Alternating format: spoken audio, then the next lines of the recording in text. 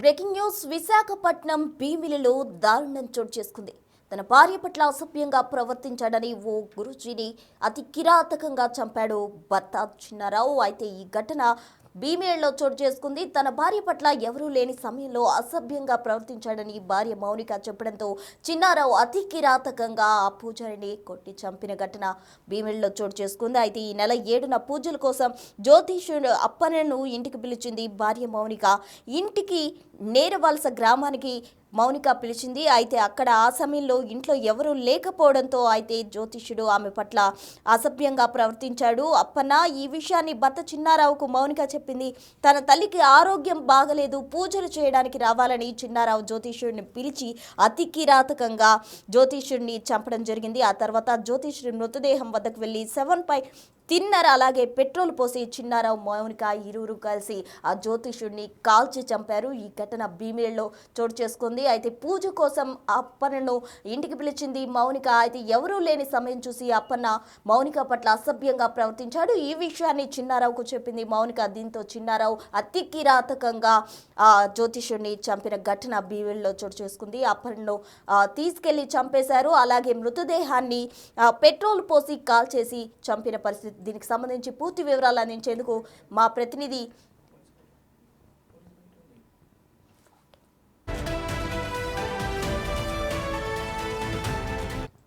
భార్యపై కన్ను వేశాడన్న దానితో భర్త జ్యోతిష్యుని అతి కిరాతకంగా చంపిన ఘటన అయితే భీమిలిలో చోటు చేసుకుంది. ఈ ఘటనకు సంబంధించి పోలీసులు ఏమంటున్నారో ఒకసారి విందా. ఇప్పుడు మనం భీమిలి పోలీస్ స్టేషన్ లిమిట్స్ లో కాపులపాడ కల్లాలు ఓపెన్ ఏరియాలో ఆర్ఎన్పి లేఅవుట్ ప్రాంతంలో ఉన్నామండి. మనం ఇక్కడికి ఈ రోజు మార్నింగ్ మా పోలీస్ టీము కొంతమంది పర్సన్స్ వచ్చేటికి ఇక్కడ ఒక లేఅవుట్ సైట్ లో ప్లాట్ లో చుట్టూ బౌండరీ 6 అడుగుల వరకు ఉంటది. అందులో లోనకి వెళ్ళి చూసేటికి కొంత ఈ మనిషి తాలూకా పుర్రె, ఆ తాలూకా బోన్స్ అవి కూడా ఖాళీ ఆఫ్ బారెంట్ లో కొన్ని రెమినెంట్స్ మిగిలి ఉన్నాయి. అక్కడ కొన్ని పూసలు కూడా పడి ఉన్నాయి. ఒక ఫోటో కూడా ఉన్నది. ఈ అన్నిటి ఆధారాలు చేస్తే మాకు ఒక కేసు ఉన్నదండి ఆనందపురం పోలీస్ స్టేషన్ లో. గత 10వ తారీఖున పెందుతికి సంబంధించిన మోతు అప్పన్న అని చెప్పేసి ఒక 50 సంవత్సరాలు ఉంటాయి. ఆయన మన జ్యోతిష్యం చెప్పుకొని కొన్ని ప్రాంతాలన్నీ తిరుగుతుంటాడు డోర్ టు డోరు. ఆ పర్సన్ సంబంధించిన ఆనవాళ్ళు ఇక్కడ దీన్ని బట్టి ఇక్కడ దొరికిన ఆనవాళ్ళు బట్టి కొన్ని మ్యాచ్ అవుతున్నాయని వాళ్ళ కుటుంబ సభ్యులు చూపించడం జరిగింది. వాళ్ళు చెప్పిన ప్రకారంగా ఇవి ఆ ఆనవాళ్ళే అని చెప్పేసి వాళ్ళు చెప్తున్నారు. అందులో భాగంగా ఆ కేసుకి ఈ కేసుకి ఏమైనా కనెక్షన్ ఉన్నదా, ఈ పర్సన్ ఎవరు ఏం జరిగింది, ఇక్కడ ఏ విధంగా ఏ మనిషికి సంబంధించినవి అని చెప్పేసి మేము ఆధారాలు సేకరిస్తున్నాం. మా క్లూస్ టీం వచ్చిందండి. మా భీమిలి సిఐ గారు అలాగే ఆనందపురం సిఐ గారు మా టీమ్స్ అన్ని కూడా వచ్చి ఈ ఆధారాలన్నీ సేకరిస్తున్నామండి.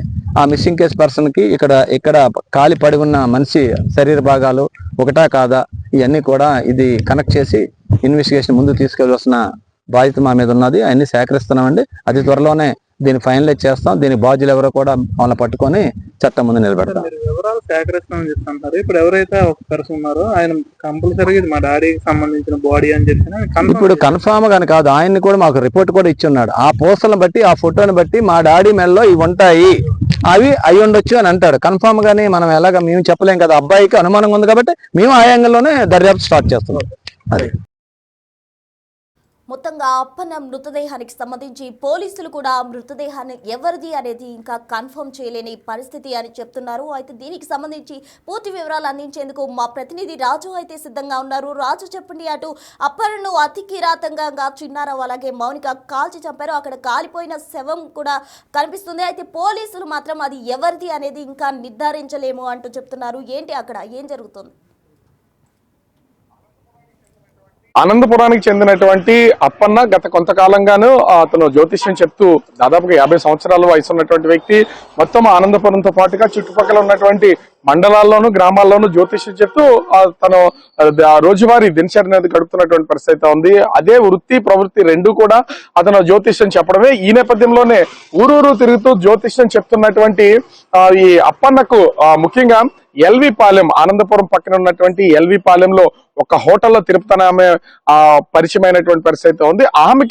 ఆమె ఇంట్లో ఇబ్బందులు పడుతుంది, కష్టాలు పడుతుంది అని చెప్తున్నటువంటి నేపథ్యంలో ఆమె తిరుపతమ్మకి సంబంధించి ప్రత్యేకమైనటువంటి పూజలు చేసి, జ్యోతిష్యం చెప్పి పూజలు చేసి అటు అప్పన్న ఆమె కష్టాలు తీర్చాడని ఆ నోటి ఈ నోట చెప్తున్నటువంటి నేపథ్యంలో అదే ఇంటికి సమీపంలో ఉన్నటువంటి మౌనిక, చిన్నారావులు గత కొంతకాలంగా అక్కడ ఒక అద్దె ఇంట్లో ఉంటున్నటువంటి పరిస్థితి ఉంది. తిరుపతమ్మ కష్టాలన్నీ కూడా తీరిపోయాయి కాబట్టి అప్పన్న జ్యోతిష్యం చెప్పించుకుని పూజలు చేస్తే నాకు కూడా కష్టాలు తీరిపోతాయనే ఉద్దేశంతో మౌనిక అటు తిరుపతమ్మ ద్వారా అప్పన్నను అప్రోచ్ అయినటువంటి పరిస్థితి ఉంది. అయితే అప్పన్న అటు మౌనిక ఇంటికి వెళ్ళడం, అదే సమయంలో భర్త చిన్నారావు కూడా ఇంట్లో లేకపోయినటువంటి పరిస్థితి ఉంది. ఆ జ్యోతిష్యం చెప్తూ పూజలు నిర్వహిస్తానని చెప్పినటువంటి అప్పన్న అటు మౌనిక చేయి పట్టుకుని ఆమెను లైంగికంగా ఇబ్బందులకు గురి చేసినటువంటి పరిస్థితి ఉంది. అటు లైంగిక ఆమె మీద అత్యాచార ప్రయత్నం చేస్తుండడంతో ఆమె విదిల్చుకున్న తర్వాత అక్కడి నుంచి అప్పన్న అయితే బయటకు వెళ్ళిపోయాడు. దీన్ని సహించలేనటువంటి మౌనిక తన భర్త చిన్నారావు వచ్చిన వెంటనే విషయాన్ని అయితే చెప్పినటువంటి పరిస్థితి ఉంది. ఒక్కసారిగా తన భార్య మీద ఎవరు లేనటువంటి సమయంలో జ్యోతిష్యం చెప్తూ పూజలు చేస్తానని వచ్చినటువంటి అప్పన్న ఈ విధంగా లైంగికంగా దాడి చేశాడని తెలుసుకున్నటువంటి భర్త చిన్నారావు ఒక్కసారిగా కోపానికి గురయ్యి ఎట్టి పరిస్థితుల్లో అటు అప్పన్నను బ్రతకనివ్వకూడదు, హత్య చేయాలని ముందుగానే ఒక ప్లాన్ అయితే నిర్ణయించుకున్నటువంటి పరిస్థితి ఉంది. ఈ నేపథ్యంలోనే అటు అప్పన్నను తన తల్లికి హెల్త్ బాగాలేదు, వేరే ఊరు వెళ్ళాలి, అక్కడికి తీసుకువెళ్ళి ప్రత్యేకమైనటువంటి పూజలు నిర్వహిస్తే నా తల్లికి ఆరోగ్యం బాగుపడుతుంది, రావాలని అప్పన్న అయితే చిన్నారావు కోరినటువంటి పరిస్థితి ఉంది. ఈ నేపథ్యంలోనే ఇద్దరికి మధ్యన పూజలు చేయడానికి 7,000 రూపాయలు అనేది ఆ బేరం కుదుర్చుకుని అటు అప్పన్నను చిన్నారావు బైక్ మీద తీసుకుని అడ్డదారుల్లో అటు భీమిలి మండలం కాపులుప్పాడ శ్మశాన వాటిక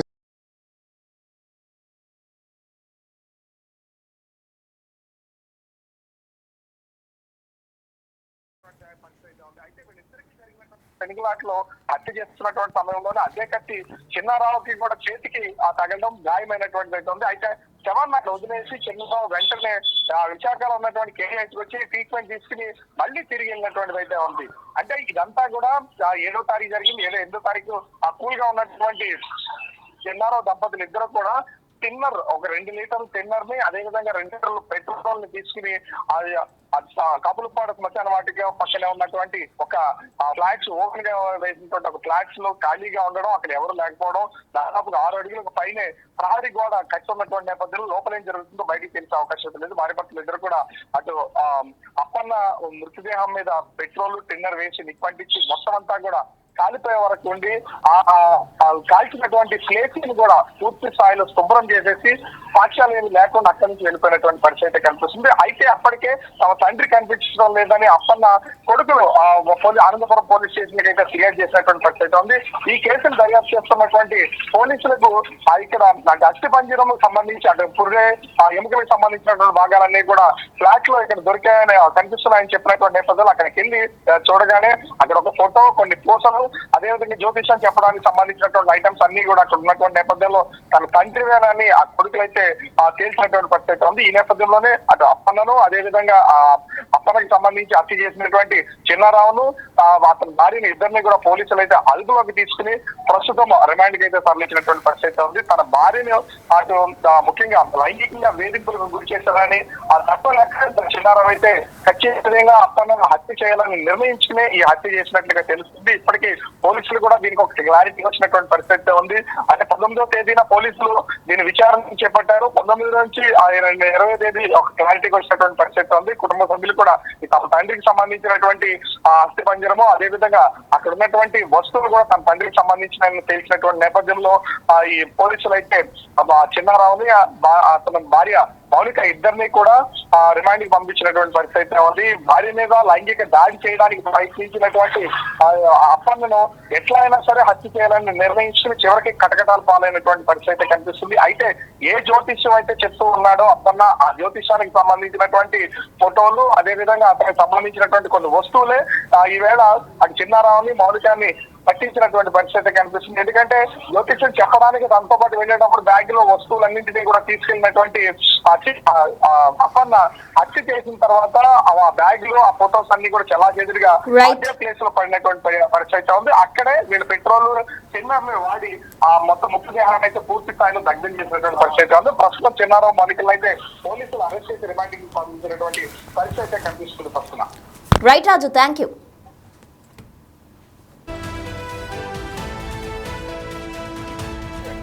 ఇక విశాఖపట్నం బీవీలో దారుణ ఘటన చోటు చేసుకుంది. భార్యపై అమానుషంగా అలాగే అసభ్యంగా ప్రవర్తించాడని భర్త ఓ జ్యోతిష్యుడిని అతి కిరాతకంగా చంపిన ఘటన భీమిలిలో చోటు చేసుకుంది. అయితే అప్పన్న కనిపించడం లేదంటూ తన కుమారుడు కంప్లైంట్ చేయడంతో అయితే అప్పన్న ఏవైతే జ్యోతిషానికి సంబంధించిన టూల్స్ యూజ్ చేస్తారో అవే చిన్నారావును అలాగే మౌనికను పట్టించే విధంగా చేశాయి అంటూ కూడా పోలీసులు చెప్పడం జరిగింది. మొత్తంగా మౌనిక పట్ల అసభ్యంగా ప్రవర్తించాడు. ఏ విధంగా అయినా అప్పన్నను హతమార్చాలి అని నిర్ణయించుకున్న చిన్నారావు అతనిపై తిన్నర్ అలాగే పెట్రోల్ పోసి అతి కిరాతకంగా చంపాడు. ఈ ఘటన భీమిలిలో చోటు చేసుకుంది. అప్పన్నను చంపిన చిన్నారావు అలాగే మౌనికను ప్రజెంట్ పోలీసులు అదుపులోకి తీసుకున్నారు. వారిని రిమాండ్కు తరలించారు.